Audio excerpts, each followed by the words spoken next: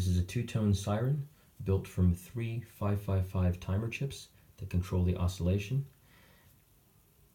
These two timer chips control the oscillation of each tone separately, configured with these two trimmer pots, 1 mega ohm.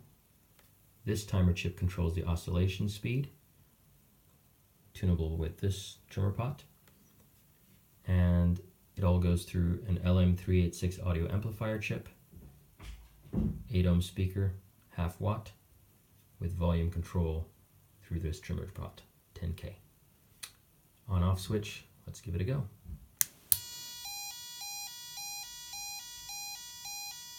Okay, let's make it slower. You can see the LED lights flashing. Really fast.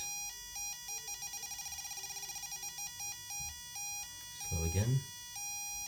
Alright, change the pitch of the second tone. Lower. And the first tone. Higher.